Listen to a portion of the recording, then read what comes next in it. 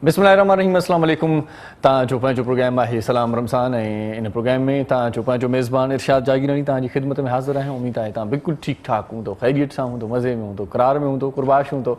अल्लाह साईं तव्हांखे पंहिंजे हिफ़्ज़ो मान में रखे। तव्हांजे लाइ असीं दिलि सां दुआ कंदा आहियूं ऐं चवंदा आहिनि त जेकी दुआऊं दिलि सां कबियूं आहिनि उहे गंढ ज़रूरु आहिनि। इंशाअल्लाह क़रीब तव्हांजे अङणनि ते बि जमाला ईंदा, रोज़ा तव्हांजा कीअं हलनि पिया, उमेद आहे उहे बि ठीकु हूंदा ऐं तव्हां पाण चाक चङा भला हूंदो त पोइ रोज़ा सही तरीक़े सां तव्हां रखंदा हूंदो। असां बि तव्हांजी दुआउनि जो तुफ़ेल ठीकु ठाक आहियूं ऐं तव्हांजे दुआउनि में रंग लातो आहे जो असां बि सही नमूने सां रोज़ा रखूं पिया। अल्लाह साईं सभिनी खे इहा तौफ़ीक़ अता फ़रमाए। आख़िरी अशरो आहे ऐं आख़िरी अशरे में जेतिरो बि मौक़े जो फ़ाइदो वठिजे उहो वधीक ई वठिजे त बहितरु आहे।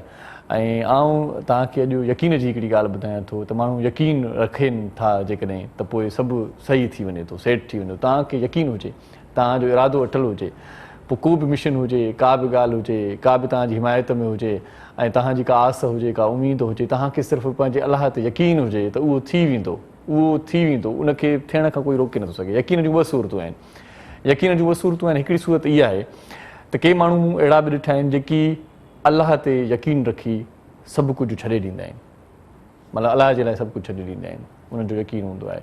ऐं के वरी अलाह ते रखी सभु कुझु छॾे ॾींदा आहिनि, मतिलबु अलाह पाण ई कंदो, तवक्कल जंहिंखे चइजे पाण। उनखे ख़बर आहे त रब राहिमीन आहे, रब क़ादिर आहे, करीम आहे, उहो वारा न्यारा करे छॾींदो। सो के माण्हू अलाह जे लाइ सभु कुझु छॾे ॾींदा आहिनि, के वरी अलाह ते सभु कुझु छॾे ॾींदा आहिनि। ॿ सूरतूं आहिनि यकीन जूं, के अलाह जे लाइ सभु कुझु छॾे ॾींदा आहिनि, के अलाह ते सभु कुझु छॾे ॾींदा आहिनि। हाणे तव्हां कहिड़े यकीन जी ॻाल्हि कंदो ऐं ॿई यकीन वारियूं जेके कैफ़ियतूं आहिनि उहे ॾाढियूं भलियूं आहिनि। सची ॻाल्हि इहा आहे। तव्हां ॿिन्ही कैफ़ियतुनि मां हिकिड़ी कैफ़ियत जेकॾहिं तव्हांजे दिलि में आहे तॾहिं बि तव्हां ओके जी पोज़ीशन में आहियो, टेंशन वठण जी ज़रूरत न आहे। अलाह जे लाइ तव्हां जेकॾहिं सभु कुझु छॾे सघो था त वेल एंड गुड। जेकॾहिं अलाह ते सभु कुझु छॾे सघो था तॾहिं वेल एंड गुड आहे। अलाह ते छॾींदो तॾहिं बि अलाह तव्हांजो हमदर्द आहे, तव्हांजो वारिस आहे, तव्हांखे ज़रूरु कंहिं सही दग लाहींदो। सो अॼोको प्रोग्राम ॾाढो सुहिणो थींदो ऐं अॼोके प्रोग्राम में नाते रसूल मक़बूल सल्लल्लाहु अलैहि वसल्लम ॿुधण जी सादत बि माणींदासीं। कुझु वरी तव्हां सां कचहरी बि कंदा हलंदासीं ऐं कुझु किचन जी सूरत हाल बि हूंदी, रंधिणा बि हूंदा, नयूं नयूं शयूं तव्हांखे पचाइणु सेखारियूं था। असांजूं अधूं भेनरूं ख़ासि तौर ते फीडबैक ॾींदियूं आहिनि असांजे प्रोग्राम जे लाइ त सुठो प्रोग्राम नशर थिए थो ऐं काफ़ी कुझु सिखण जे लाइ मिले थो। सो उन्हनि जी इंतज़ार जो जेको ओसीड़ो आहे उहो बि थोरी देरि में ख़तमु कंदासीं। पर इन खां पहिरियों तव्हांखे ॿुधायां त असांजे अॼोके प्रोग्राम खे तव्हां ताईं पहुचाइण में असां सां ताउन फरमायो आहे Meezan cooking oil, Meezan banaspati, Meezan canola oil. Meezan canola oil, cooking oil ऐं बनास्पति मार्केट में मौजूदु आहिनि। हेल्दी जेकॾहिं तव्हां थियणु चाहियो था, मतिलबु तव्हांजा बून्स जेके आहिनि उहे सिहतमंद हुजनि ऐं तव्हांजूं हॾियूं मज़बूत हुजनि त पोइ विटामिन ए ऐं डी जो इन्हनि में मिक़दार मौजूदु आहे ऐं मसल्स तव्हांजा स्ट्रॉन्ग थियनि त पोइ तव्हां इहे शयूं ज़रूरु वापरायो। इन में खाधा ॾाढा सुठा पचंदा आहिनि, ज़ाइक़ेदार, मतिलबु ख़ुशबूदार, छो त हिन गिह जो या हिन कुकिंग ऑयल जी जेका ख़ुशबू आहे उहा पाण लाइ छिके वठंदी आहे, माइल करे वठंदी आहे। माण्हू जिते थोरो खाईंदो आहे उते थोरो वधीक बि खाई सघे थो, पर एतिहाद इंतिहाई लाज़मी आहे। रमज़ान जो महीनो आहे, सो जेतिरो तव्हांजो पेट आहे ओतिरो खाइजो, पर मीज़ान जी टेस्ट ॾाढी ज़बरदस्त हूंदी आहे। इहा तव्हांखे ॻाल्हि ॿुधाए छॾियां। मीज़ान मार्केट में हिकिड़ी पती बि आंदी आहे ऐं उहा पती आहे अल्ट्रा रिच। सो इहे ज़रूरी न आहे त सभु दोस्त चांहि जा शौक़ीन हुजनि, पर मूं ॾिठो आहे त अल्ट्रा रिच जी हिते पती हूंदी आहे त पोइ माण्हू चवंदा आहिनि त चांहि हिकिड़ी प्याली पीउ जे कर पतीअ में एॾी टेस्ट आहे, सवादु आहे। पती ॾाढी ज़बरदस्त आहे। जेकॾहिं कंहिं नाहे वरिती त पोइ जल्दी वठे। इहा पती अल्ट्रा रिच जे नाले सां मार्केट में मौजूदु आहे। कड़क चांहि, कड़क रंग वारी चांहि, सुठे रंगत वारी चांहि तव्हां जेकॾहिं पीअणु चाहियो था त अल्ट्रा रिच पती मार्केट में मौजूदु आहे। कोला नेक्स्ट बि आहे कोल्ड ड्रिंक मीज़ान वारनि जी मार्केट में।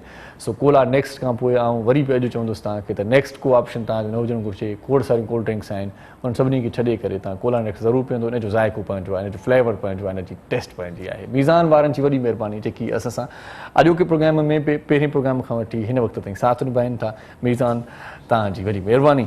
उनखां पोइ असां ज़िक्र कयूं था हिकु अहिड़े मशरूब जो जेको तव्हांजे असांजे दस्तरख़्वान जी ज़ीनत थींदो आहे अफ़्तार महिल, ख़ासि तौर ते वॾे चाह शौक़ सां पीतो वञे थो ऐं उन मशरूब जो नालो आहे, उन शरबत जो नालो आहे करशी जामे शीरी। करशी जामे शीरी जंहिं मां त सम्झां थो कंहिं को अहिड़ो माण्हू न आहे जंहिं करशी जामे शीरी जो ज़ाइक़ो न वरितो हुजे। मूंखे नथो लॻे त पाकिस्तान में रहंदड़ माण्हू करशी जामे शीरी न पीअंदा हुजनि। करशी जामे शीरी हर माण्हूअ जी पसंदि आहे, हर ॿार जी पसंदि आहे, हर तबके जी पसंद आहे। करशी जामे श्री ख़ालिस अरक सां तयारु थिए थो। करशी जामे श्री में ख़ालिस जड़ी बूटियुनि जो निचोड़ आहे, उनखे निचोड़े करे हिकिड़ो शरबत तयारु थिए थो। हिन में पाणीअ जो को फुड़ो मिलायल न आहे। ख़ालिस शरबत आहे, भलो शरबत आहे, मिठो शरबत आहे, इंतिहाई सुठो शरबत आहे। इफ़्तार महिल तव्हांजे दस्तरख़्वान ते करशी जामे श्री जो गिलास, करशी जामे श्री जो जग इंतिहाई रौनक अफ़रोज़ थिए थो। सो रमज़ान जी रौनक खे ॿीणो कयो, रौनक रमज़ान वधायो ऐं करशी जामे श्री वापरायो, पीओ, भरपूर ज़िंदगी जियो। उन खां पोइ पाण ज़िक्र कयूं था 7 अप जो। 7 अप बि असांजे प्रोग्राम में ताउन फरमाए थो। 7 अप कोल्ड ड्रिंक ॾाढी ज़बरदस्त आहे, भली कोल्ड ड्रिंक आहे। ऐं वरी बि अॼु साॻी ॻाल्हि कंदुसि आउं, छो त पाण महफ़िलुनि में वेंदा आहियूं त पोइ इलाही रंगनि जूं कोल्ड ड्रिंक्स पयूं हूंदियूं आहिनि। के ॻाढ़ियूं हूंदियूं आहिनि, के कारियूं हूंदियूं आहिनि, के कीअं। बहरहाल हीअ जेका अछे रंग जी कोल्ड ड्रिंक आहे न 7 अप, इहा ॾाढी ज़बरदस्त आहे। 7 अप जो मज़ो पंहिंजो आहे। 7 अप मतिलबु क्या बात है जी। जिते बि जंहिं महफ़िल में आउं वेठो हूंदो आहियां त पोइ ईंदा आहिनि, ख़ासि तौर ते वेटर्स कंहिं होटल ते ईंदा आहिनि, पुछा कंदा आहिनि कोल्ड ड्रिंक कहिड़ी हुजे, त पोइ माण्हू अक्सर 7 अप जो ज़िक्र कंदा आहिनि। 7 अप मुंहिंजे लाइ खणी अचो। 7 अप वारनि जी वॾी महिरबानी जिन असां सां अॼोके प्रोग्राम में ताउन फरमायो आहे। सो अॼु नाते रसूल मक़बूल सल्लल्लाहु अलैहि वसल्लम सां प्रोग्राम जो आगाज़ कयूं था ऐं 2 नातिया कलाम ॿुधाइण जे लाइ दोस्त असां वटि पहुतल आहिनि। हिकिड़ी असांजी अदीब आहे ऐं हिकिड़ो असांजो भाउ बि आहे, अली रज़ा साहिबु असां सां गॾु आहे। उनखे भलीकार चऊं था। अस्सलामु अलैकुम साईं, वॾी महिरबानी तव्हां असांजे प्रोग्राम में आयो। ऐं उन सां गॾोगॾु सैयदा सदफ़ मंज़र ज़ैदी बि असां सां गॾु आहे, उनखे बि वेलकम चऊं था। अस्सलामु अलैकुम, बहुत शुक्रिया आप हमारे प्रोग्राम में तशरीफ़ लाई। बल्कि मैं तो चाहता हूँ कि आगाज़ ही आपसे किया जाए, आपकी मीठी आवाज़ प्रोग्राम में पहले शामिल की जाए। बिस्मिल्लाह जी, माइक दे दीजिए। या रसूल अल्लाह, या हबीब अल्लाह, या नबी अल्लाह, या रहमतुल लिल आलमीन, या रहमतुल लिल आलमीन। इल्हाम जा माँ है तेरा, कुरआन मामा है तेरा। इल्हाम जामा है तेरा, कुरआन मामा है तेरा। मिंबर तेरा अर्शे बरी, या रहमतुल लिल आलमीन।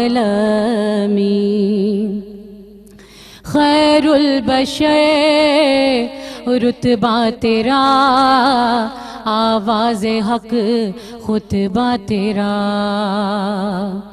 खैरुल बशर रुतबा तेरा, आवाज़ हक खुतबा तेरा। आफाक तेरे सामईं, या रहमतुल लिल आलमीन। कब्ज़ा तेरी परछाई का, अफलाक पर इदराक पर। कब्ज़ा तेरी परछाई का, अफलाक पर इदराक पर। पैरों की जुम्बिश खाक पर, और आहटें अफलाक पर।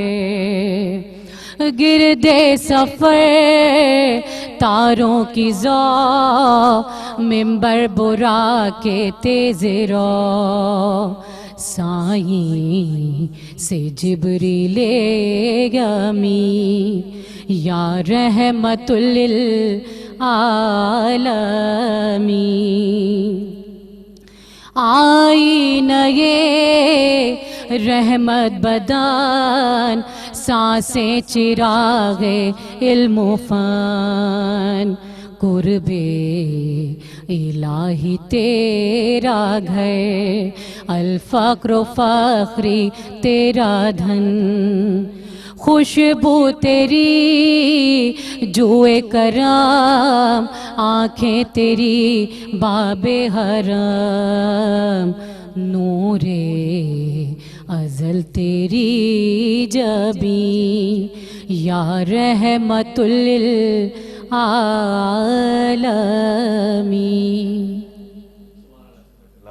ऐं जॾहिं बि का अहिड़ी शाइरी या हमते बारी ताला या नाते रसूल मक़बूल सल्लल्लाहु अलैहि वसल्लम ॿुधण सां तव्हांजे अखियुनि में जेकॾहिं लुड़क तरी अचनि त यकीन ॼाणिजो त तव्हां अञा इंसानियत में आहियो, अञा माण्हुपे में आहियो, अञा पाण करीम सल्लल्लाहु अलैहि वसल्लम जी मोहबत तव्हांजे दिलि में घर कंदी थी वञे। सो बहुत शुक्रिया सैयदा सदफ़ मंज़र ज़ैदी आप हमारे प्रोग्राम में तशरीफ़ लाई। नंढड़ी साई जो वक़्तु आहे नाज़रीन, तव्हां सां गॾु रहिजो, ॾिसंदा रहिजो पंहिंजो प्रोग्राम सलाम रमज़ान। सलाम रमज़ान, सलाम रमज़ान, सलाम रमज़ान, सलाम रमज़ान। सलाम रमज़ान में हिकु भेरो वरी तव्हांखे भलीकार चऊं था ऐं जेकी असांजी नशियात खे ॾिसनि पिया उन्हनि सभिनी जी वॾी महिरबानी आहे। पाण सुठियूं ॻाल्हियूं बि कंदा आहियूं। हदीस पाक आहे त मुस्लमान उहो आहे जंहिंजे हथ ऐं ज़बान खां ॿिया मुस्लमान महफ़ूज़ रहनि, ऐं वरी मोमिन उहो आहे जंहिंखां कंहिंजी जान ऐं माल खे को ख़तरो न हुजे, उहो मोमिन आहे। माना तव्हां असां जेका ज़िंदगी गुज़ारियूं था उहा अहिड़ी सुठी गुज़ारियूं असां जो असां मां कंहिंखे न जान जो ख़तरो हुजे न माल जो ख़तरो हुजे, ऐं असांजी ज़बान मां असांजे हथ मां कंहिंखे को नुक़सानु न पहुचे। रोज़ा त रखूं था पाण, पर छा इन मामले ते कॾहिं तव्हां सोचियो आहे त तव्हां अॼु जेको ॻाल्हायो था, उघरो ॻाल्हायो था या सुठो ॻाल्हायो था, इन मामले में कॾहिं जांच कई अथव तव्हांजे ॻाल्हाइण सां या तव्हांजे रवैये सां, तव्हांजे स्टाइल सां, तव्हांजे अंदाज़ सां कंहिंखे का तकलीफ़ त नथी पहुचे? रोज़ो सिर्फ़ु इहो न आहे त तव्हां मानी न खाओ, पर रोज़ो सभिनी शयुनि जो आहे। तव्हांजी ज़बान जो बि रोज़ो आहे, तव्हांजे अखियुनि जो बि रोज़ो आहे, तव्हांजे हथनि जो बि रोज़ो आहे। तव्हां ओवरऑल पूरो वजूद तव्हांजो रोज़े में हुजणु घुरिजे। अलाह साईं तव्हां असांजा रोज़ा क़बूल फ़रमाए। हिन वक़्तु हिन लम्हे सभ खां पहिरियों तव्हांखे इहो ॿुधायां त असांजे प्रोग्राम में ताउन फ़रमायो आहे मिचल्स वारनि जी वॾी महिरबानी आहे जेकी असांजे प्रोग्राम में ताउन फ़रमाइनि था। मिचल्स फ्रूट फार्म लिमिटेड ऐं मिचल्स वारा ॾींहं पहिरें खां वठी असां सां सहकारी आहिनि। मिचल्स तव्हांजी वॾी महिरबानी। उनखां पोइ ज़िक्र कयूं था GFC वारनि जो। GFC फैन्स ॾाढा शानदार पखा आहिनि, हवादार पखा आहिनि ऐं बहितरीनु पखा आहिनि, गारंटी वारा पखा आहिनि। GFC फैन्स लॻारायो ऐं पंहिंजे घर खे हवादार बणायो। GFC वारनि जी वॾी महिरबानी। उनखां पोइ पाण ज़िक्र कयूं था सर्फ एक्सल जो। सर्फ एक्सल ज़िद्दी जेकी दाग़ हूंदा आहिनि उनखे ख़तमु कंदो आहे। जेकी तव्हां सम्झो त हीअ दाग़ धोबीअ ॾे वञण खां पोइ शायदि मिटिजी वञनि, पर पंहिंजे वस जी ॻाल्हि न आहे। घर में धोपी नथा सघजनि इहे कपिड़ा, उहे दाग़ सर्फ एक्सल अचण खां पोइ ख़तमु थी वेंदा, उहे दाग़ धोपिजी वेंदा। सर्फ एक्सल वठी अचो, सवलो तरीक़ो आहे। सर्फ एक्सल तव्हां पाणी जॾहिं विझो था बाल्टीअ में, कपिड़ा विझी सर्फ एक्सल जो ॿ चारि ईअं खणी चऊं त चमचा या लप खणी विझी उनखां पोइ तव्हां उनखे थोरो छाछीलींदव कपिड़नि खे, त तव्हांजा कपिड़ा बिल्कुलु क्लीन एंड वॉश थी वेंदा। ऐं वधीक महिनत करण जी ज़रूरत न आहे। कॾहिं कॾहिं का महिनत बि करणी पवंदी आहे, पर सर्फ एक्सल पाण ई ज़िद्दी दाग़नि खे कढी वठंदो आहे। सर्फ एक्सल ज़िद्दी दाग़नि जो दुश्मन आहे ऐं जिते बि जंहिं बि घर में सर्फ एक्सल आहे उन घर जा कपिड़ा ॾाढा शानदार ऐं चमकदार नज़र ईंदा आहिनि माण्हुनि खे। माण्हू पुछा कंदा आहिनि उन्हनि खां त तव्हांजे कपिड़नि जी चमक जो राज़ छा आहे? सर्फ एक्सल आहे। सर्फ एक्सल रंग खे कपिड़े जे ख़राबु न कंदो। कई अहिड़ा सर्फ बि आहिनि जेकी तव्हां जिन में कपिड़ा धोईंदा आहियो त तव्हांजे कपिड़नि जो जेको रंग आहे उहो थोरो फिको ऐं मेरो थी वेंदो आहे। सो सर्फ एक्सल जेन्युइन कलर खे रखी छॾींदो आहे, मतिलबु हिफ़ाज़त उनजी कंदो आहे। सर्फ एक्सल असांजे प्रोग्राम में ताउन फ़रमाए थो। ज़िद्दी दाग़नि जो दुश्मन आहे सर्फ एक्सल वारनि जी वॾी महिरबानी।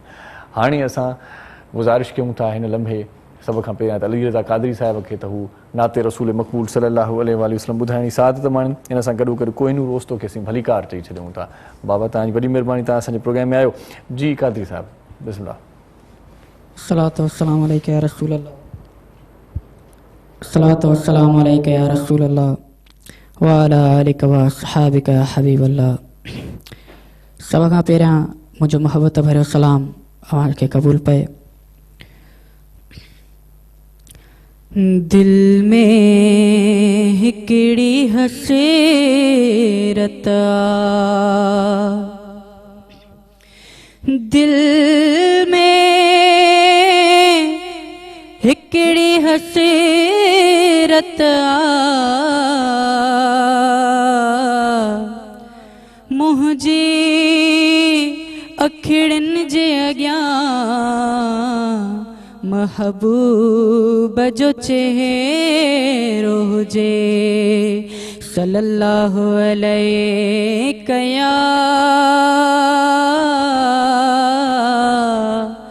या रसूल अल्लाह वसल्लम अलैका या हबीबल्लाह। हिन नात शरीफ़ में हुज़ूर अलैहिस्सलातु वस्सलाम जे चेहरे मुबारक जो ज़िक्र कयो वियो आहे।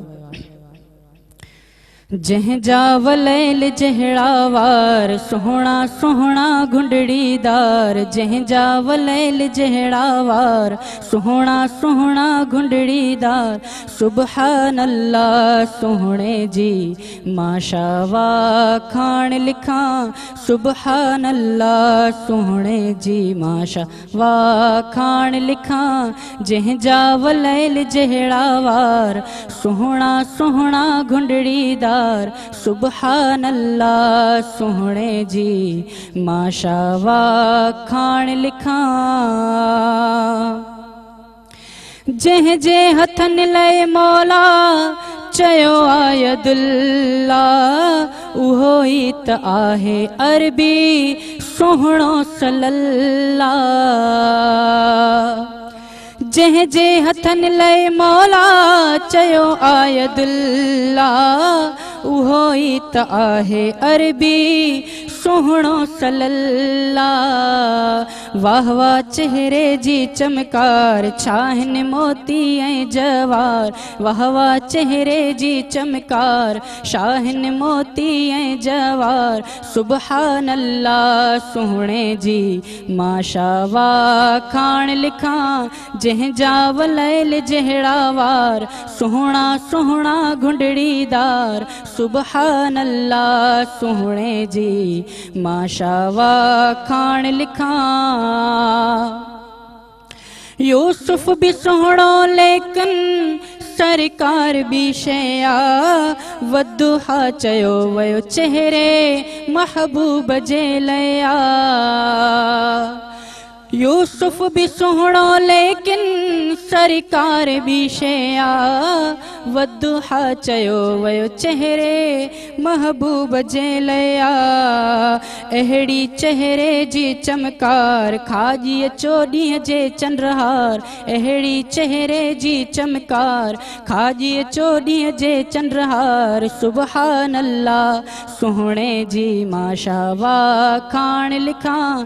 जंहिंजा वलैल जहिड़ा वार सुहिणा सुहिणा घुंडड़ीदार, सुबहान अल्लाह सुहिणे जी माशा वाखाण लिखां। रब पाक चूंडे वसफ़ूं रखियूं मुस्तफ़ा जूं, माज़ा ज़िल बसर जहिड़ियूं अखियूं मुस्तफ़ा जूं।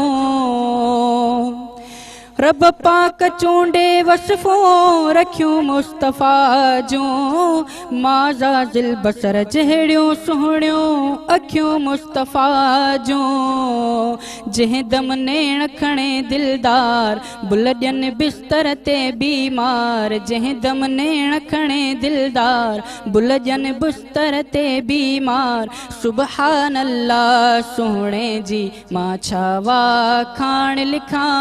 जंहिंजा वलैल जहिड़ा वार सुहिणा सुहिणा घुंडड़ीदार, सुबहान अल्लाह सुहिणे जी माशा वाखाण लिखां।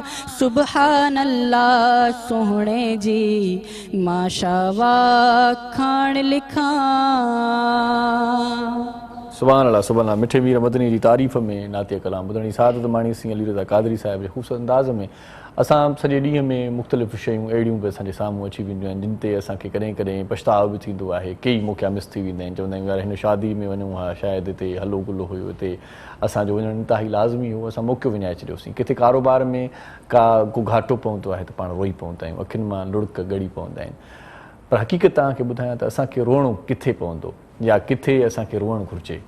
रोअणु असांखे तॾहिं घुरिजे। हीअ सभु शयूं आर्ज़ी आहिनि जेकी पाण ॻाल्हियूं कयूं था, ख़ैरु आहे वरी थी वेंदो आहे सभु कुझु, पर रोअणु पाण खे उते घुरिजे, उन जॻह ते घुरिजे, इन ॻाल्हि ते रोअणु घुरिजे त असांजो अॼोको ॾींहुं बग़ैर नेकीअ जो गुज़री वियो, असां को चङो कमु न कयोसीं, असां का सुठी ॻाल्हि न कईसीं, असांजो वॾो ॾींहुं ईअं ई गुज़री वियो, असांजी ज़िंदगीअ जो हेॾो वॾो सारो ॾींहुं हुयो, असां कुझु अहिड़ो न करे सघियासीं जंहिंसां रब करीम खे रिचाए सघिजे, जंहिंसां मिठे मीर मदनी जी सुन्नत खे पूरो करे सघिजे। असां कुझु बि अहिड़ो न करे सघियासीं। रोअण त तव्हांखे असांखे इन ॻाल्हि ते घुरिजे न, इन ॻाल्हि ते असां नथा रोऊं, बाक़ी जेको ज़माने जो वहिंवार आहे उन ॻाल्हि ते जल्दी अश्कबार थी वञूं था, को असांखां प्यारो विछड़ी वञे थो रोई पऊं था, असांखां पूरो ॾींहुं विछड़ी वियो बग़ैर कंहिं सुठाईअ जे, त इन ते बि असांखे रोअणु घुरिजे, इन ते बि अखियूं अश्कबार हुजणु घुरिजनि ऐं असांखे सोचणु घुरिजे त असां आख़िरत जो सुमर कीअं तयारु करे रहिया आहियूं।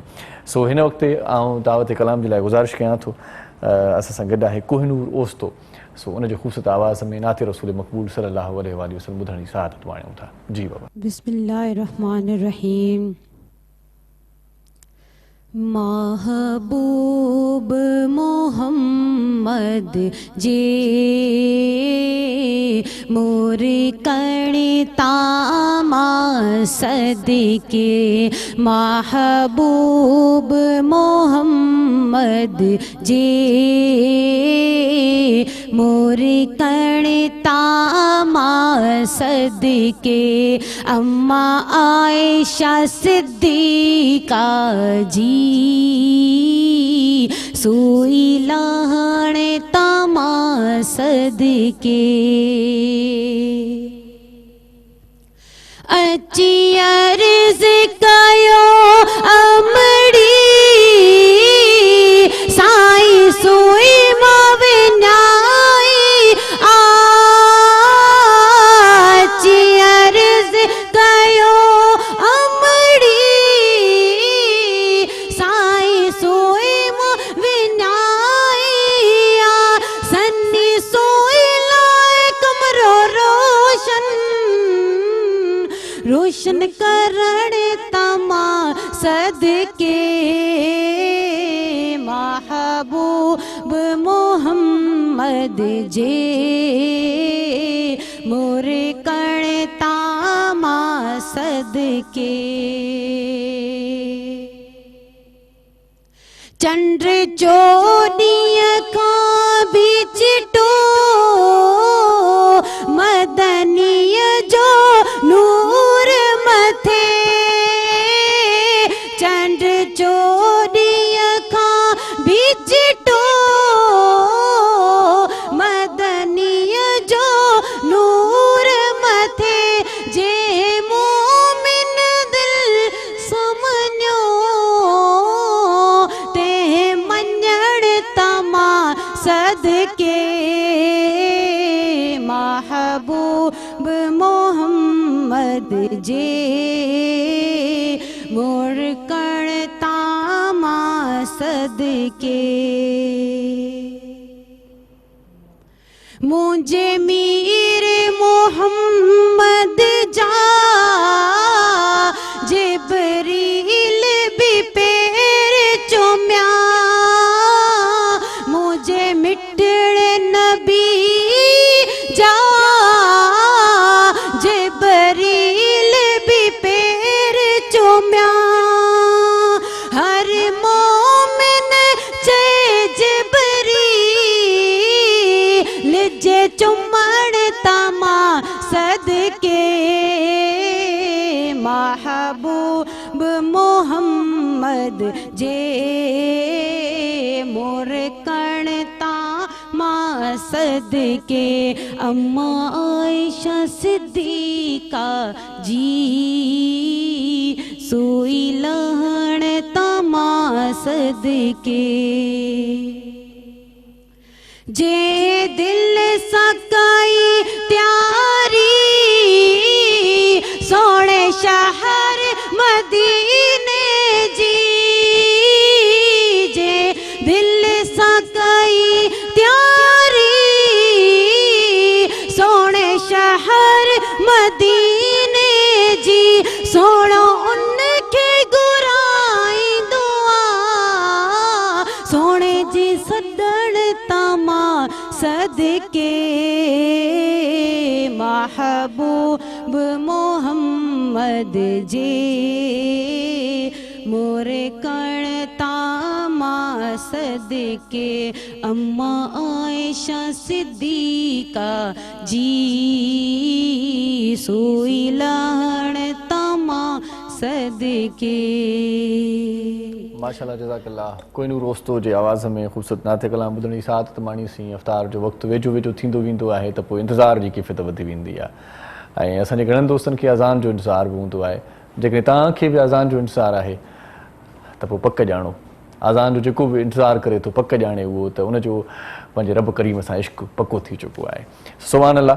वॾी महिरबानी तव्हांजी भेण कोहिनूर रोस्तो तव्हां असांजे प्रोग्राम में आयो ऐं अदा कादरी साहिबु तव्हांजी वॾी महिरबानी अली रज़ा कादरी साहिबु तव्हां बि असांजे प्रोग्राम में नंढड़ी साईअ जो वक़्तु आहे नाज़रीन मोटी अचूं था रहियल शरीफ़ कयूं था ऐं ॿिया जेके दोस्त असांजे प्रोग्राम में पहुतल आहिनि उन्हनि खे बि शामिल कंदासीं। ॾिसंदा रहिजो। सलाम रमज़ान। सलाम रमज़ान सलाम रमज़ान। सब्सक्राइब करियो असांजो official YouTube channel Sindh TV HD Islamic ऐं वधीक अपडेट लाइ बेल आइकन ते क्लिक करियो। सलाम रमज़ान सलाम रमज़ान। सलाम रमज़ान में हिकु भेरो वरी तव्हांखे भलीकार चऊं था ख़ुशि आमदीद। पंहिंजी दिलुनि खे साफ़ रखो ऐं दिलियूं साफ़ हूंदियूं त तव्हांजी दिलि मुनवर थींदी रोशन थींदी। कॾहिं तव्हां सोचियो आहे त पाण जॾहिं बि आम ज़िंदगी जी लाइफ खणी वठिजे पाण कंहिं किने थाम में अणधोतल थाम में कॾहिं खीर बि न लाहींदा आहियूं उन में का शइ विझंदा ई न आहियूं। छो ख़बर हूंदी आहे त इहो थाम सुठो न आहे साफ़ु सुथिरो न आहे। जेकॾहिं थाम साफ़ु सुथिरो न आहे असां उन में खीर न लाहींदा आहियूं या असां उन में का शइ न लाहींदा आहियूं त तव्हां थोरो सोचो त रब पाक असांजी किनी दिलि में मेरी दिलि में ऐं आलूदा दिलि में गदलाइण वारी दिलि में नूर कीअं विझंदो। पहिरियां दिलि खे साफ़ु कयो ऐं जेकी ख़ताऊं कोई तव्हांजी ज़िंदगीअ में कंहिं तव्हां सां दिलि आज़ारी कई आहे त उनखे बि माफ़ु कयो। पोइ वरी रब करीम खे ॿाॾायो त अलाह साईं तव्हांजी दिलि में रोशनी विझे अलाह साईं तव्हांजी दिलि में नूर विझे अलाह साईं तव्हांजी दिलि खे साफ़ु रखे।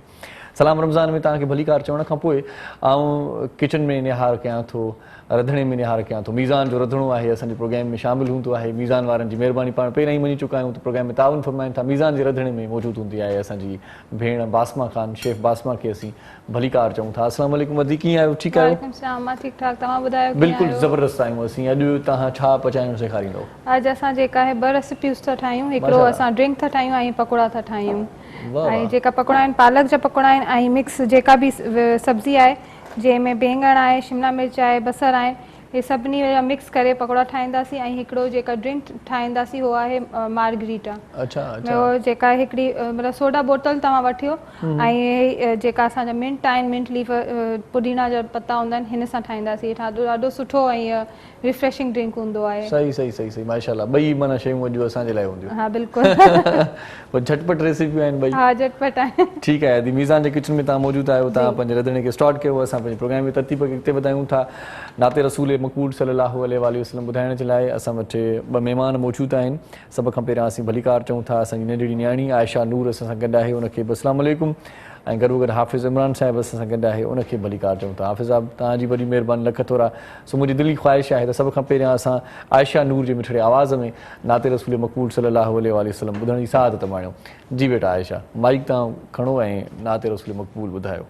या नबी नजर करम फरमाना ए हसनैन के नाना ए हसनैन के नाना ए हसनैन के नाना ए हसनैन के नाना ज़हरा पाक के सदके हमको तैबा में बुलवाना ए हसनैन के नाना ए हसनैन के नाना ए हसनैन के नाना ए हसनैन के नाना सज गई है मीलाद की महफिल क्या है खूब नजारा क्या मस्ती में डूबा है देखो आलम सारा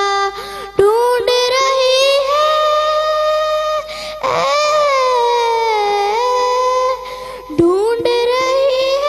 आपकी बख्शी रहमत का बहाना ए हसनैन के नाना ए हसनैन के नाना ए हसनैन के नाना ए हसनैन के नाना ए हसनैन के नाना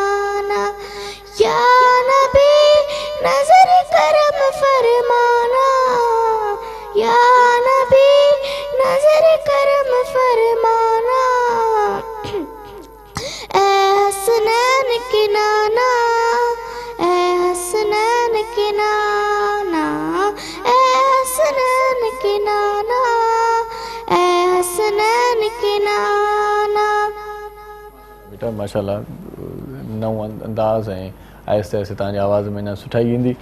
सो दोस्तो हिकिड़ी ॻाल्हि तव्हांखे ज़रूरु चवंदुसि जेकी असांखे ॾिसनि पिया त हीउ जेको महीनो आहे ॿियूं शयूं त सेखारे थो, पर हिकिड़ी शइ अञा वधीक घणे मिक़दार में जेकॾहिं तव्हां पाण वटि फॉलो कंदो, तव्हां पंहिंजी ज़िंदगीअ में ॾाढो सुठो सही सिधी ज़िंदगी गुज़ारींदो, उहो अमल आहे बर्दाश्त जो। बर्दाश्त करणु सिखो ऐं बर्दाश्त जी बाक़ाइदा मश्क कयो। बर्दाश्त जी मश्क तव्हांखे केरु कराईंदो? बर्दाश्त जी मश्क तव्हांखे तव्हांजा दुश्मन कराईंदा। ऐं जेकी तव्हांजा वेल विशर्स आहिनि उहे त तव्हां सां हूअं ई सही आहिनि, उन्हनि जो तालुक़ु तव्हां सां सुठो आहे, पर जेकी तव्हांजा मुख़ालिफ़ आहिनि उन्हनि जी मुख़ालिफ़त खे तव्हां नज़र अंदाज़ करे छॾियो, उन्हनि खे बर्दाश्त करणु सिखो। तव्हां ज़िंदगीअ में अॻिते वधंदो, तव्हां ज़िंदगीअ में इलाही सारी मञता माणींदो। अलाह साईं तव्हां सभिनी खे खोड़ सारियूं मंज़िलूं अता फ़रमाए, असांजी दिली दुआ आहे। सो हिन वक़्तु नाते रसूल मक़बूल सल्लल्लाहु अलैहि वसल्लम ॿुधण जी सआदत माणियूं था हाफ़िज़ इमरान साहिब जी आवाज़ में। जी बिस्मिल्लाह। औज़ु बिल्लाहि मिनश शैतानिर रजीम, बिस्मिल्लाहिर रहमानिर रहीम। अस्सलामु अलैकुम वरहमतुल्लाहि वबरकातुहू। सल्लल्लाहु अलैका या रसूलल्लाह वसल्लम अलैका या हबीबल्लाह।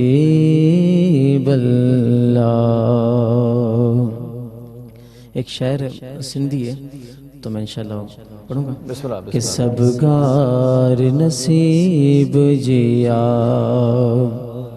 सब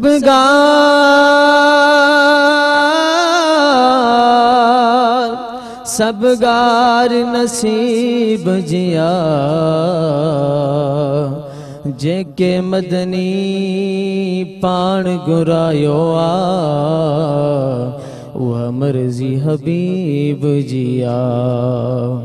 पढ़िए सल्लल्लाहु अलैका या रसूल अल्लाह वसल्लम अलैका या हबीब अल्लाह।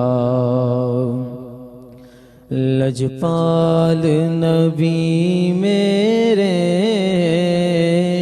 दर्दां दी दवा देना, लजपाल नबी मेरे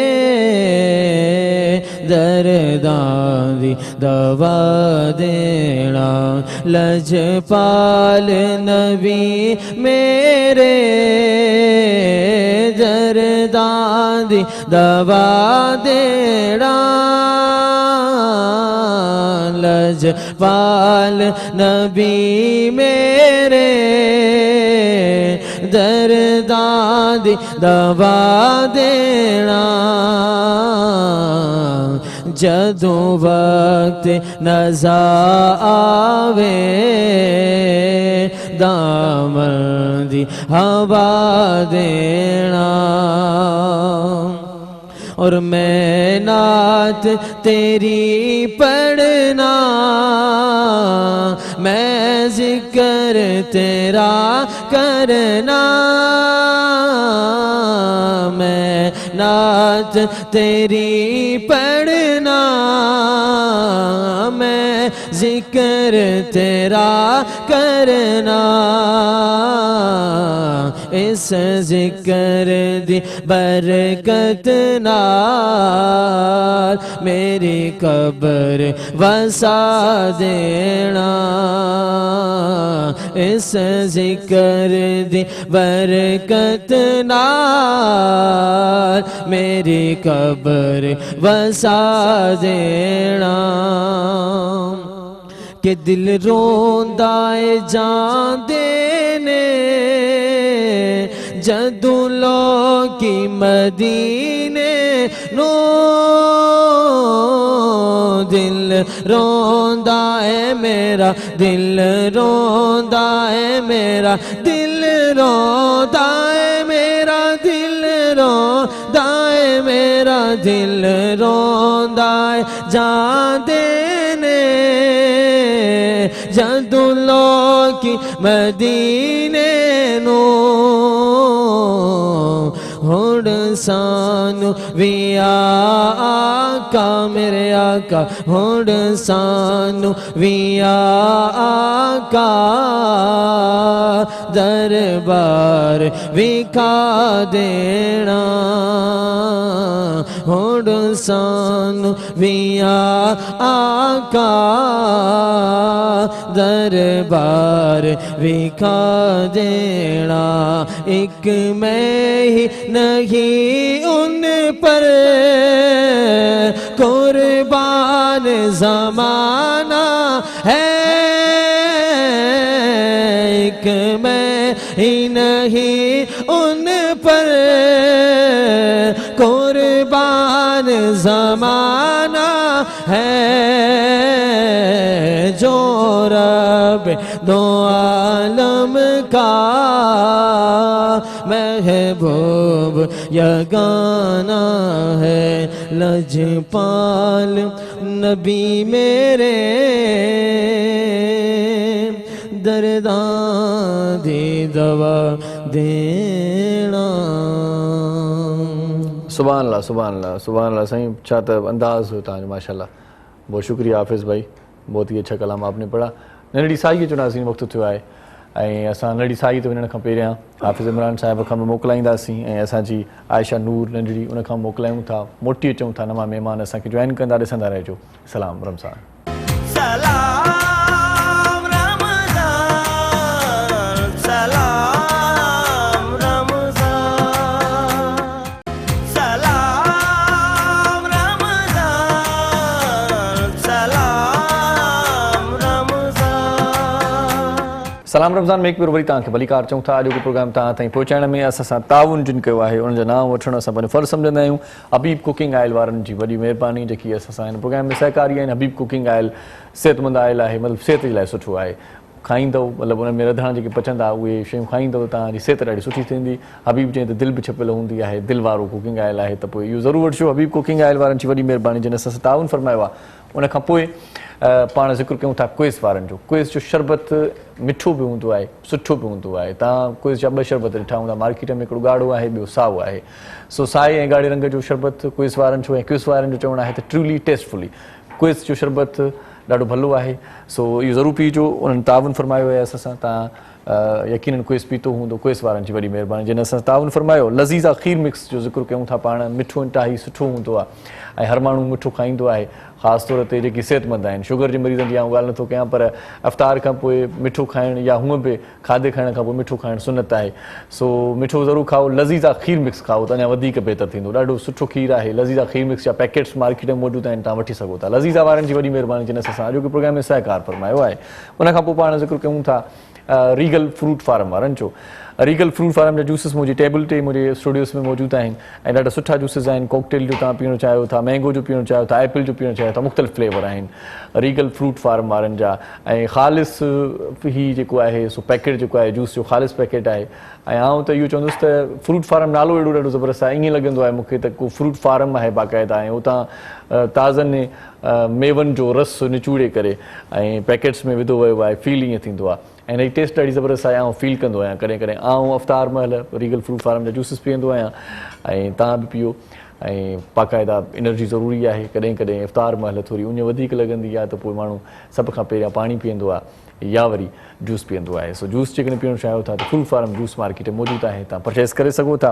असांजे प्रोग्राम में हिन लम्हे जेकी मौज़ूज़ महिमान असांजे प्रोग्राम में शामिलु थिया आहिनि उन्हनि जो तारुफ़ तव्हां सां कराईंदो हलां।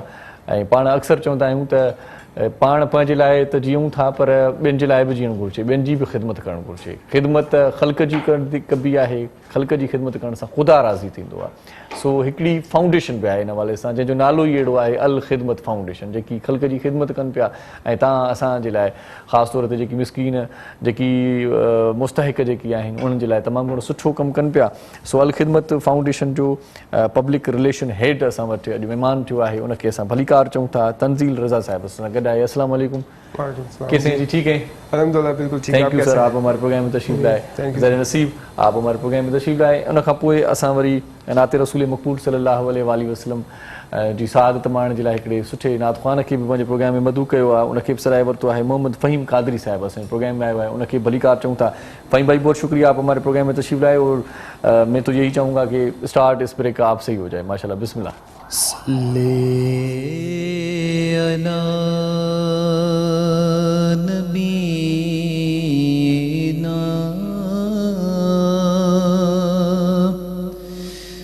صلی علی محمد صلی علی شفیعنا صلی علی محمد. ایسا تجھے خالق نے طرح دار بنایا. ایسا تجھے خالق نے طرح دار بنایا کہ یوسف کو تیرا طالب دیدار بنایا. یوسف کو تیرا طالب دیدار بنایا. کنجی تمہیں دی اپنے خزانوں کی خدا نے. محبوب کیا مالک و مختار بنایا. عالم کے سلاطین بھکاری ہے بھکاری. اے سرکار بنایا تمہیں سرکار بنایا. ہاں سرکار بنایا تمہیں سرکار بنایا. اور کونین بنائے گئے سرکار کی خاطر. کونین بنائے گئے سرکار کی خاطر. اور کونین کی خاطر تمہیں سرکار بنایا. کونین کی خاطر تمہیں سرکار بنایا. اے نظم رسالت کے چمکتے ہوئے مقتاب. اے نظم رسالت کے چمکتے ہوئے مقتاب. تو نے ہی اسے مطلع انوار بنایا. تو نے ہی اسے مطلع انوار بنایا. ہر بات بدامالیوں سے میں نے بگاڑی. تم نے ہی میری بگڑی کو ہر بار بنایا. ان کے لب رنگی کی نچھاور تھی کہ جس نے پتھر میں حسن لعل پرانوار بنایا. ایسا تجھے خالق نے طرح دار بنایا. یوسف کو تیرا طالب دیدار بنایا. سبحان اللہ سبحان اللہ سبحان اللہ. محمد فہیم قادری صاحب, بہت ہی اچھی آواز ہے آپ کی اور سلیکشن بھی بہت اچھی ماشاء اللہ. نعت رسول مقبول صلی اللہ علیہ وآلہ وسلم ॿुधण जी साथ माणी सी. असां सां गॾु तंज़ील रज़ा साहिब आहे जेको पब्लिक रिलेशन हेड आहे अल ख़िदमत फाउंडेशन जो कहिड़ो कमु आहे इन ते थोड़ी रोशनी भी ॾियूं था. तंज़ील साहब, मुझे तो ये पता चला है कि अखुवत के प्रोग्राम भी चल रहे हैं आपके मुख्तलिफ एरियाज़ में, तो सबसे पहले तो मुझे ये बताएं कि टेल अस अबाउट अखुवत क्या है. अच्छा, बहुत शुक्रिया जी, आपने अपॉर्चुनिटी दी हमें इस प्रोग्राम में इनवाइट किया. दरअसल अखुवत को समझने के लिए एक बहुत इंपॉर्टेंट बात है कि पीछे स्टोरी समझने का कि किस तरह से ये ऑर्गेनाइजेशन वजूद में आई. सही. तो 2001 की बात कर लेते हैं. तो डॉक्टर अमजद साकिब साहब जो हमारे फाउंडर हैं, अच्छा, वो पंजाब रूरल सपोर्ट प्रोग्राम हेड कर रहे थे. तो उनके पास एक खातून आती हैं कर्जे के लिए. अच्छा. तो किसी गाँव में वो हेड कर रहे थे. सही. तो उनसे बोलती हैं कि मैं एक बेवा खातून हूँ, मेरे 2 बच्चे हैं और मुझे घर चलाना है और मुझे कर्जे की ज़रूरत है. सही. तो वो कहते हैं कि ठीक है, आप इस कर्जे का लेकिन उन्होंने एक शर्त रखी. उस शर्त ये थी कि मैं बिला सूद कर्जा लूँगी. अच्छा. क्योंकि मैं मुसलमान हूँ और मैं अल्लाह उसके रसूल के साथ जंग नहीं कर सकती, इसलिए मुझे बिला सूद कर्जा चाहिए. सही सही. तो डॉक्टर साहब ने उस वक्त ये सोच के मदद कर दी कि शायद ये पैसे वापस नहीं मिलेंगे, और देखा एक ज़रूरतमंद खातून है. फास्ट फॉरवर्ड 6 महीने गुजरते हैं. अच्छा. तो खातून वापस आती हैं. अच्छा. पूरी रकम वापस करती हैं. तो डॉक्टर साहब पूछते हैं कि आपने इस रकम से किया क्या. तो उन्होंने बताया कि मैंने 2 सिलाई मशीन ख़रीदी, फिर मैंने मार्केट से जाके कपड़ा ख़रीदा, फिर 1 जोड़ा सिया, फिर 2 जोड़ा सिया. इस तरह से मेरा ज़रिया माश चल गया. सही सही सही. तो उस वक्त एक थॉट बॉर्न होता है, एक ख्याल आता है. सही. कि हमारा जो गरीब तबका है जो बिलो पॉवर्टी लाइन रह रहा है, एक तो वो ट्रस्टवर्दी है, उस पर एतमाद किया जा सकता है. दूसरा वो दीन को बड़ा प्रैक्टिस करता है. तो वो दूसरे माइक्रो फाइनेंस बैंक जो सूद वाले हैं, जो कि बहुत सारे हैं, उनके पास जाके पैसे नहीं मांगेगा. सही. और उसकी नीड जो है, उसकी मजबूर है, जैसे वो खातून मजबूर थी. सही सही. तो उनको नीड भी कंप्लीट हो जाएगी. सही सही. बस वो 10,000 रुपये से शुरू हुआ था. अच्छा. आज अल्हम्दुलिल्लाह अल्लाह का बड़ा फजल है, हम 128 अरब के कर्जे बांट चुके हैं. अच्छा. 40 लाख से ज़्यादा ख़ानदान इससे फ़ायदा उठा चुके हैं. और देखिए, हमारी सोच हमेशा यही रही है कि आपने किसी की मदद करनी है. सही. तो आप उसे पैसे ना दो या कोई चीज़ ना दो, क्योंकि वो खाएगा, इस्तेमाल करेगा, फिर दोबारा मांगने आ जाएगा. सही सही. लेकिन अगर आपने उसको खुद मुख्तार कर दिया, आपने उसको बिजनेस में लगा दिया, कारोबार में लगा दिया, इससे 2 फायदे हैं. सही सही. एक तो मुल्क की मईशत चलेगी. सही. दूसरा वो अपने आप को स्टेबल कर सकेगा. सही सही. तो हम बिजनेस लोन ही देते हैं. अच्छा. हम पर्सनल लोन्स नहीं देते. सही सही. तो ये माइक्रो फाइनेंस से सिलसिला शुरू हुआ. फिर हम एजुकेशन में आ गए. सही सही. अखुवत के प्रोग्राम को पहले क्लियर कर लेते हैं, मतलब कौन से एरियाज हैं जिनको फोकस किया हुआ है आपने. अच्छा, कोई भी आ सकता है, किस तरह से जो माइक्रो फाइनेंस का है. जी जी जी. अच्छा, देखिए, हम बिलो पॉवर्टी लाइन लोगों को केटर करते हैं ना, तो वो लोग जिनकी जो एक तो उनके पास बिजनेस आइडिया हो, जब वो बिजनेस करना चाह रहे हो. सही सही. और हम शुरू करते हैं 25,000 रुपए से लेके कर्जे. अच्छा. छोटे कर्जे देते हैं बिला सूद के. सही सही. हमारी कराची में 11 ब्रांचेस हैं, सिंध में 30 से ज्यादा हैं. अच्छा. और पूरे पाकिस्तान में 800 से ज़्यादा ब्रांचेस हैं पूरे पाकिस्तान में. वाह, ज़बरदस्त ज़बरदस्त. तो कोई भी, लेकिन उस जो भी हमसे कर्जा लेने आएगा वो उस इलाके का होना चाहिए. अच्छा. जैसे वो सदर में अगर जिस इलाके में दफ्तर है उसी इलाके का होना. जी. अच्छा. सही. तो वो अपनी अर्जी लेके आएगा. हम सबसे पहले इसका सोशल अप्रेजल करेंगे, जाके मोहल्ले वालों से पूछेंगे ट्रस्टवर्दी है, इसकी कैसी डीलिंग है. अच्छा. लोगों से किस तरह रहता है. फिर उसके बाद पूरी छानबीन करके फिर जी जी पूरा एक मॉडल है. सही. और उस मॉडल पे उतरना जरूरी है. अच्छा, इसकी यही वजह है कि हमारा जो रिकवरी रेट 99.94% है. अच्छा, मतलब रिकवरी भी ठीक तरीके से हो रही है. 100% होती है. और जो 6% है, 0.6% है, ये वो लोग हैं जो फौत हो जाते हैं या कुछ नेचुरल डिजास्टर आ जाता है.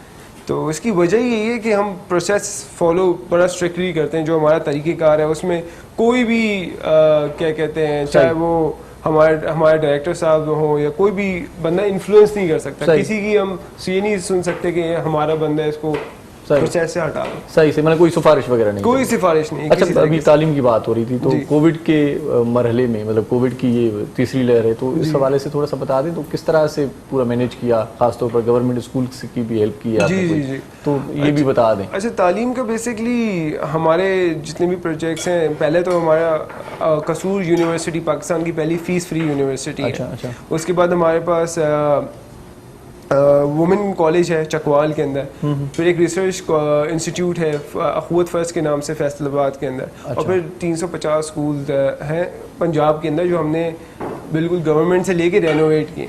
अब एनजीवी में आते हैं, जो एनजीवी हायर गवर्नमेंट स्कूल है जो सिंध गवर्नमेंट की सपोर्ट से हमें मिला है और जो हम उसको 5 साल से रन कर रहे हैं। तो इसमें अगर आप हमने इसको रेनोवेट किया, आला मयारी तालीम फ्री में प्रोवाइड कर रहे हैं, हमारा हॉस्टल भी है जिसमें बच्चे अंदूरी सिंध से आते हैं। अच्छा, वो अल खिदमत फाउंडेशन की जानिब से? जी नहीं, वो SEF हमें सिंध एजुकेशन फाउंडेशन उसमें सपोर्ट करता है। सही सही। तो सिंध एजुकेशन फाउंडेशन की पूरे प्रोसेस को रन करता है, उसमें हम सारे डिस्ट्रिक्ट से बच्चे सिलेक्ट करते हैं टॉपर्स, फिर अब हमारे पास लेके आते हैं उनकी एजुकेशन 4 साल वो हमारे पास रखते हैं 8 से लेके 12 तक। अच्छा। तो उनकी खाना पीना, बुक्स, हर चीज़ का हम ख्याल रखते हैं। माशाल्लाह माशाल्लाह। और जब कोविड की बात करें तो कोविड पे देखें हमने बड़ा मुश्किल था फेस करना कोविड को, वैसे ही बहुत मुश्किल, हेल्प करना तो और मुश्किल होगा। असल में दरअसल हमारे पास जो कोविड के लिए हम बिल्कुल भी तैयार नहीं थे, टेक्नोलॉजी का इंफ्रास्ट्रक्चर नहीं है। सही सही। 34% आपके पास पाकिस्तान में एरिया कवर्ड है जिधर इंटरनेट आता है, वैसे बाहर चले जाएं तो इंटरनेट नहीं आता। सही। फिर हमारे बच्चे ज़्यादातर अंदरूनी सिंध में, तो उनसे कनेक्ट करना, तो हमने एक ई-लर्निंग सिस्टम बनाया। हमारे पास ई-लर्निंग पॉड्स हैं और हमारे पास अपना लर्निंग मैनेजमेंट सिस्टम है जिससे बच्चे ऑनलाइन आके क्लासेस लेते हैं। 1000 टैबलेट्स हमने इंपोर्ट की चाइना से और बच्चों को दी ताकि बच्चे कनेक्ट कर सकें। हमारे लिए तो ई-लर्निंग हमने रोकी नहीं, जब सब कुछ खुल भी गया उसके बाद भी चल रही थी, अभी भी ई-लर्निंग चल रही है हमारी। सही सही। तो हमारे पूरा डेडिकेटेड सिस्टम है जो हम एम करते हैं ई-लर्निंग के थ्रू, वो अखुवत ई एजुकेशन फॉर ऑल के नाम से www.akhwat-e-education-for-all, उस पर कोई भी पाकिस्तान से बच्चा फ्री पढ़ सकता है, ऑनलाइन सारा कोर्स कंटेंट अवेलेबल है। सही सही। तो मैं जो भी आपके लिसनर्स हैं उनको बोलूँगा कि जाएं अपना फ्री साइन अप करें। सही। और अपनी क्लास चलें जी एक छोटा सबक पाले लेते हैं। साई नाज़रीन वठूं था तव्हां सां गॾु रहिजो, ॾिसंदा रहिजो पंहिंजो प्रोग्राम सलाम रमज़ान। सलाम रमज़ान, सलाम रमज़ान। सब्सक्राइब करियो असांजो official YouTube channel Sindh TV HD Islamic ऐं वधीक अपडेट लाइ बेल आइकन ते क्लिक करियो।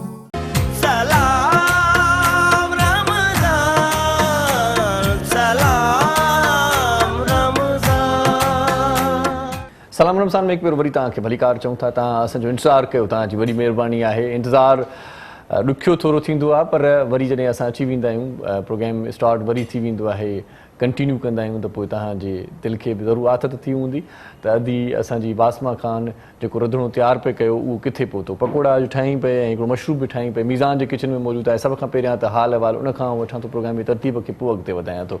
अदी बासमा किथे पहुतो भला पकोड़नि वारो कमु? असांजो जेका पकोड़ा आहिनि उहे रेडी आहिनि। अच्छा माशाल्लाह। बाक़ी बिल्कुलु सिंपल रेसिपी हुई, बेसण वरितो असां, उनमें बेकिंग सोडा हुयो ऐं जेका लूणु हुयो, कारा मिर्च हुआ, ॻाढ़ा मिर्च हुया, जीरो हुयो ऐं जेका कुटियल सावा मिर्च हुया, हुनखे मिक्स कयो। ऐं जेका सब्जियूं हुयूं जेको हलनि थियूं फ्रेश सब्जियूं हूंदियूं आहिनि, पालक आहे, बैंगन आहे, मिर्च ऐं बसर, हिननि खे मां मिक्स करे हुन में कोट करे पोइ मीज़ान कुकिंग ऑयल में जेको फ्राई कयो आहे, ॾाढो सुठो मीज़ान कुकिंग ऑयल तव्हां यूज़ कयो, हेल्दी आहे ऐं हाइजीन आहे।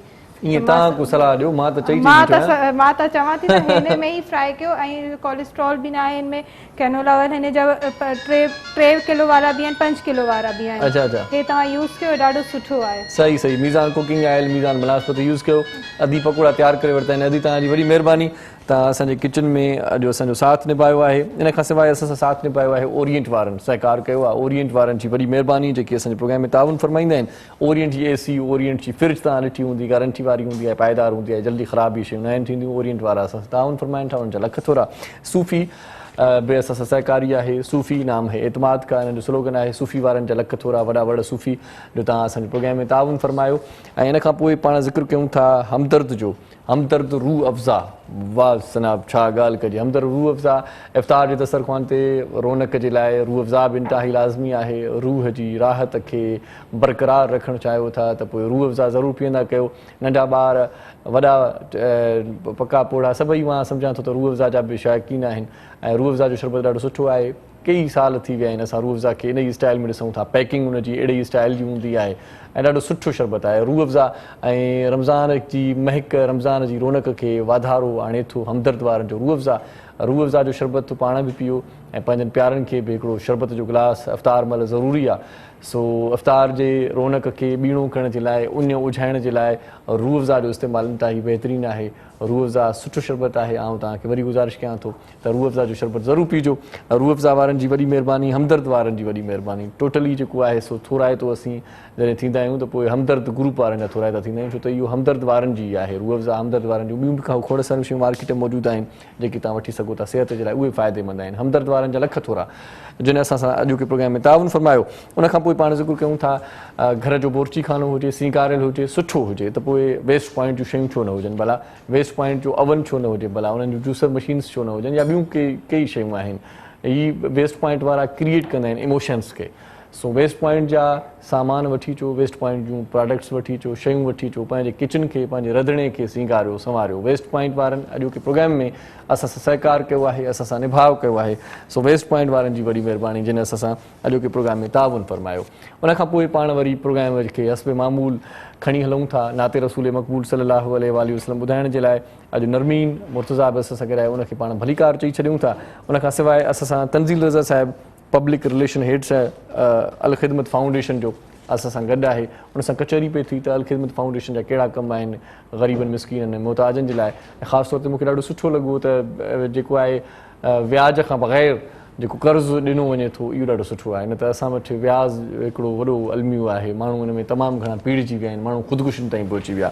सो बिला सूद कर्ज़ो बि ॾियनि पिया ऐं इन खां सवाइ ॿिया बि ॾाढा सुठा कम आहिनि। सो कचहरी कंटिन्यू कयूं था।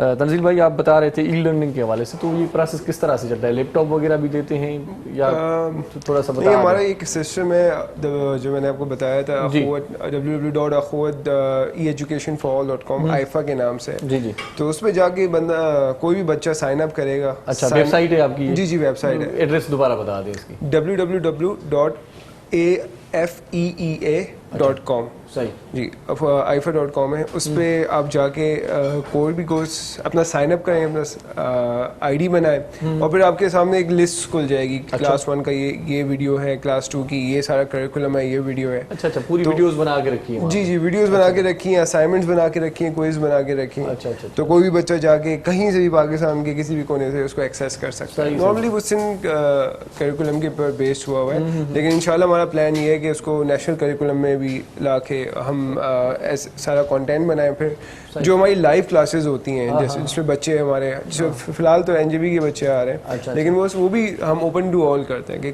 किसी भी बच्चे ने जो भी इंटर का हो, चाहे वो अभी फिलहाल तो हम इंटर के लिए पायलट रन कर रहे हैं, तो आगे जाके प्लान ये है कि उसको मैट्रिक वालों के लिए भी ओपन कर लें। तो इस तरह से हम ई लर्निंग कर रहे हैं और एम ये है कि देखें जितना बच्चा सिंध में आउट ऑफ स्कूल है उसको हम टेक्नोलॉजी का इस्तेमाल करके ही क्या कहते हैं आउट ऑफ स्कूल तरक्की के मैदान में ला सकते हैं। एग्जैक्टली। और आप फिजिकली करने जाएं तो आप थक जाएंगे, इतने सारे आप स्कूल कितने सारे 40,000 स्कूल हैं, आप किस तरह सारे अडॉप्ट करेंगे, उनका बात करेंगे। फिर इतनी टीचर्स नहीं है, वो क्वालिटी टीचर्स भी क्या एक बहुत बड़ा चैलेंज है पाकिस्तान के अंदर। तो वो अच्छे टीचर अगर आपको कुछ मिल जाते हैं और उसको ई लर्निंग के थ्रू आप ऑनलाइन ब्रॉडकास्ट करके सबको वही क्वालिटी वही डिलीवर कर सकते हैं, जो कि अगर कराची में बैठा हुआ बच्चा भी वही टीचर से पढ़ रहा है जो आपके उमरकोट में बैठा हुआ है या कहीं थर में बैठा हुआ है। सही। तो वो कनेक्टिविटी से कनेक्ट करके हम टेक्नोलॉजी को लेवरेज करके हम जितने बच्चों को पढ़ा सकते हैं। अच्छा, नेक्स्ट क्या गोल्स क्या हैं, प्लान्स क्या हैं, थोड़े से बता दें। इंशाल्लाह क्या करने जा रहे हैं, मतलब कोई सोचा होगा ना? हमने इंशाल्लाह इसी ई लर्निंग को क्या कहते हैं जितने स्केल अप करना है। अच्छा। इस पे ऑब्वियसली डोनर्स का बहुत बड़ा हाथ होता है और जितने भी हमारे सपोर्टर्स हैं उन्होंने काफ़ी हमें सपोर्ट किया ई लर्निंग प्रोजेक्ट्स में और डिफरेंट अखुवत के जितने भी प्रोजेक्ट्स हैं उसमें सपोर्ट किया है। अखुवत www.akhuwat.org.pk पे जाके आप देख सकते हैं कि कितने सारे हम प्रोजेक्ट्स पे काम कर रहे हैं। तो वहाँ पे उनके ताउन से ये पॉसिबल हुआ है जहाँ तक हम आए। आगे हमने यही प्लान किया है कि किसी तरह ई लर्निंग को एक्सपेंड करें और इसमें हम अपने स्टेशंस बनाएं इंटीरियर सिंध में, फिर सिंध से आगे हम और भी जहाँ जहाँ बलूचिस्तान है उधर उन एरियाज को केटर करें। और उसके साथ साथ हमने एक वोकेशनल ट्रेनिंग प्रोग्राम भी स्टार्ट کیا ہے, کیونکہ وہ لوگ جو ہر بچہ تو نہیں پڑھ سکتا, جو نہیں پڑھ سکتا وہ ڈفرینٹ ٹریڈس کر کے اپنا ذریعہ معاش سے چلا سکتا ہے. چلیں ٹھیک ہے جی, تو بہت شکریہ تنزیل بھائی, آپ ہمارے پروگرام میں تشریف لائے, بہت ہی اچھا لگا آپ کی باتیں سن کے, آپ کے ساتھ ہماری نیک تمنائیں دعائیں ساتھ ہیں. انشاءاللہ الخدمت فاؤنڈیشن آگے سے آگے بڑھتا رہے گا انشاءاللہ. ناظرین آج کو پروگرام میں تھے پانچی پجانی تھے پہنچے تو آخر میں نرمین مرتضیٰ خانات رسول مقبول صلی اللہ علیہ وآلہ وسلم بدن سعادت مانی داسیں بس ایتری گزارش کیا تو پروگرام کے آخر میں تو صبح کا وٹی شام تائیں شام کا وٹی وری بے صبح تائیں آؤں ڈساں پہ تو ہر مانو پنجے خفے میں آئے, نفسا نفسی جو جہان آئے, ہر مانو مال میڑ کے چکر میں آئے, کچھ آن کے چکر میں آئے, آسودو تھیण کے چکر میں آئے, امیر تھیण کے چکر میں آئے, پر جڏहिं त सभिनी खे ख़बर आहे त सभई असां हिते ख़ाली वेंदासीं त पोइ छाजे लाइ इहो सभु कुझु. इरशाद जागीरानी खे हिते इजाज़त ॾियो, तव्हांजो पंहिंजो प्रोग्राम आहे सलाम रमज़ान, सुभाणे वरी मुलाक़ात थींदी. सो टेक केयर, अल्लाह हाफ़िज़ जी. मिठड़ो मदीनो अल्लाह अल्लाह, शहर नबिया जो छाचे जे,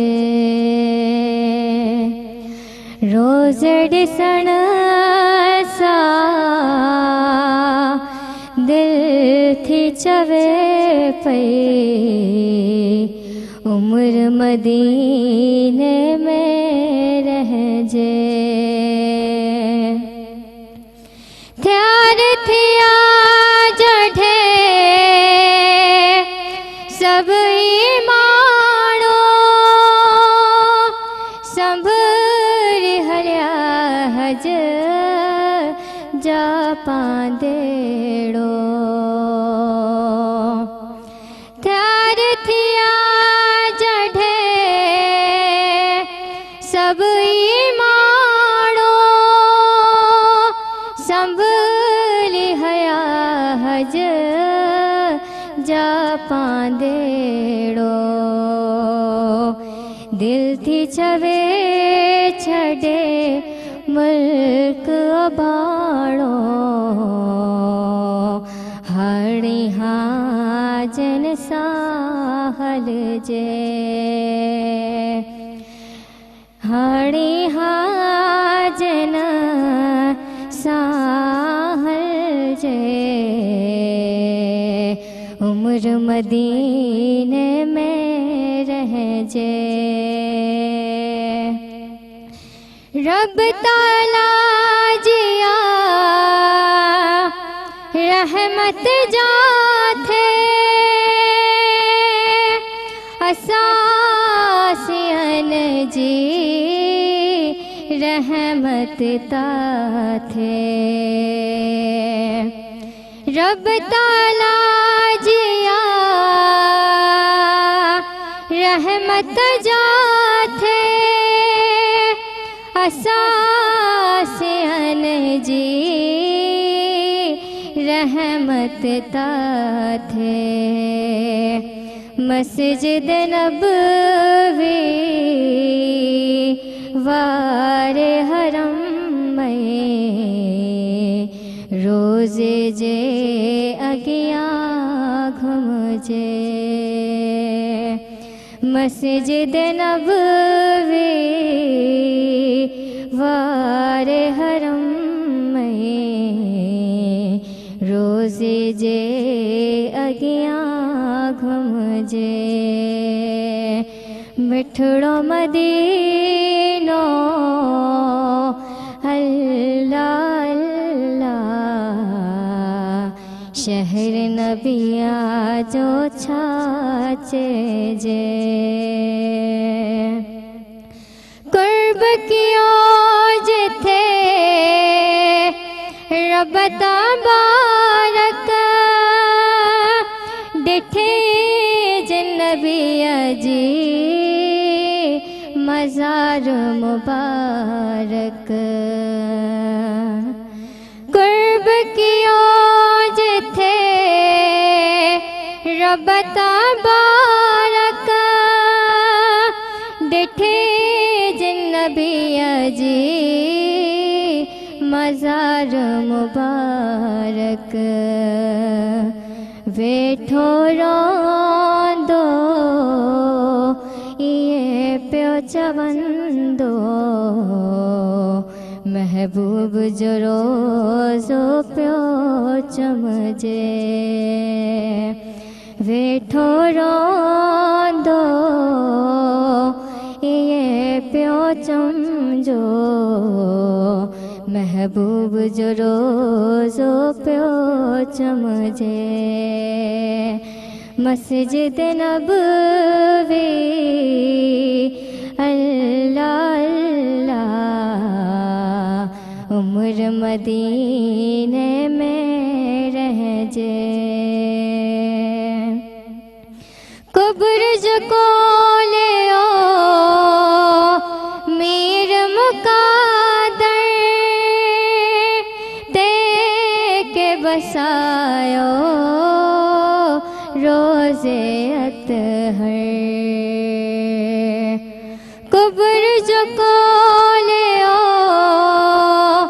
मीर मुकादर ते के बसायो रोज़े अतहर दर्द वरन जे दिल जी यकीनन दाह मदीने थी बधजे दर्द वरन जे दिल जी यकीनन दाह मदीने थे बधजे मिठड़ो मदीनो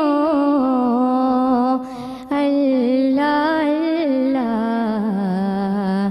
शहर नबिया जो छाचे जे रोज़े ॾिसण सां दिल थी चवे पई उम्र मदीने में रहजे सलाम रमज़ान सलाम रमज़ान सब्सक्राइब करियो असांजो official YouTube channel Sindh TV HD Islamic ऐं वधीक अपडेट लाइ बेल आइकन ते क्लिक करियो।